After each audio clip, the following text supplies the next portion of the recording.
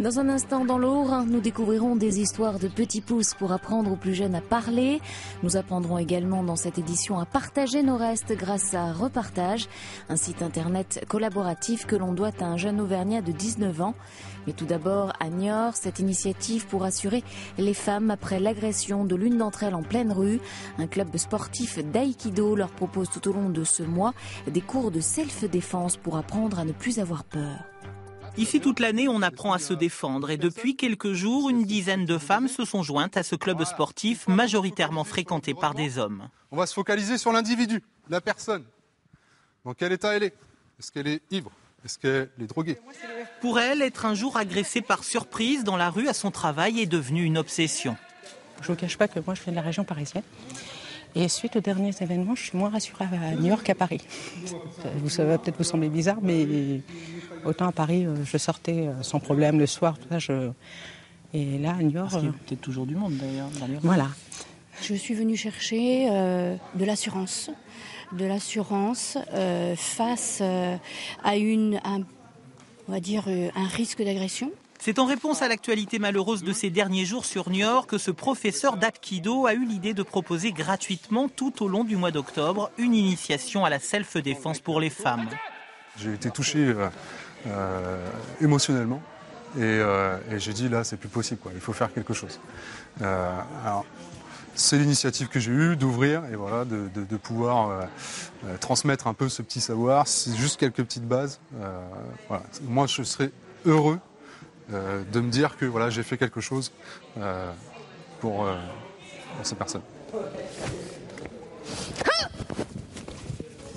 Je ne sais pas si les femmes, elles ont peur.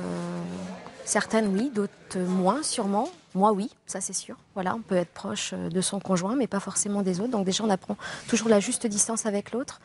Le périmètre de sécurité, quand on rentre dans une pièce, etc. Tout cela agrémenté de quelques règles juridiques sur les limites de la légitime défense. L'initiation à la self-défense se poursuit à la Clameur à Niort jusqu'à la fin du mois.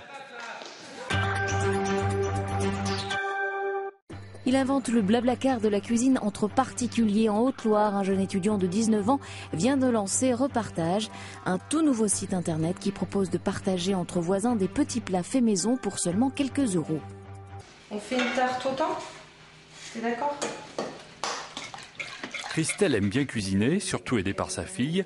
Au menu aujourd'hui, une tarte au thon pour 6 personnes, mais à table, ils ne seront que 4. Et voilà, prêt à cuire. Alors, elle a pensé au nouveau site Repartage pour proposer sur Internet les 2 parts restantes. Regarde, elle a l'air bonne, hein. Je pense que ça peut être très sympa pour des jeunes étudiants ou des personnes seules et qui n'ont pas envie de réaliser une quiche pour elles seules. Donc de partager, c'est un côté agréable et de faire goûter ce que l'on a préparé, on a plaisir. La suite est toute simple, prendre une photo du produit mis en vente et mettre en ligne son annonce. Là, c'est l'affaire de Thomas, le grand, de la famille. L'acheteur n'aura plus qu'à venir récupérer sa commande. L'évaluation du prix, c'est ce qui est le plus dur à faire, en fait. 1 euro. Ouais. Encore. Derrière cette bonne idée, ce jeune homme de 19 ans, Clément, qui a arrêté ses études pour développer ce site collaboratif, lui, il n'aime pas cuisiner. C'est comme ça que l'idée est venue. Il s'est ensuite adossé à une agence de communication pour développer le concept. C'est vraiment un site purement pour les particuliers, les professionnels sont interdits. Donc là, on n'est pas dans le but de gagner de l'argent, on est vraiment dans la participation free, comme le covoiturage. C'est-à-dire, vous remboursez les coûts que vous avez mis pour cette part supplémentaire. Le site vise surtout une clientèle étudiante. Comme Christelle, une quarantaine de chefs amateurs sont déjà inscrits sur Repartage pour proposer leurs petits plats. Vos mains ont la parole avec Marie Brignone. À Mulhouse, cette orthophoniste joue avec ses doigts pour aider de jeunes patients en difficulté. De cette expérience fructueuse, cette spécialiste en a tiré une série de livres utilisés dans les crèches et les maternelles. Toc, toc, toc, debout petit pouce, il est là. Elle commence toujours ainsi les histoires de Petit Pouce. Il a bien du mal à se lever et pourtant de belles surprises l'attendent. Des aventures qui se racontent avec les mains. Des comptines qui s'articulent avec les doigts. Le geste permet de mémoriser l'histoire, tout comme le rythme et les rimes. Voilà pourquoi dans toutes les cultures du monde, on invente des comptines pour les enfants. Toute petite, déjà, j'ai des souvenirs formidables de comptines avec ma grand-mère. Donc, c'était quelque chose de naturel et aussi quelque chose de naturel que je pouvais proposer aux enfants et aux parents. Ça n'est pas coûteux. La main, c'est le premier jouet de l'enfant. Donc, on a toujours sa petite main avec soi, dans les salles d'attente, partout. Donc, pour moi, c'était intéressant.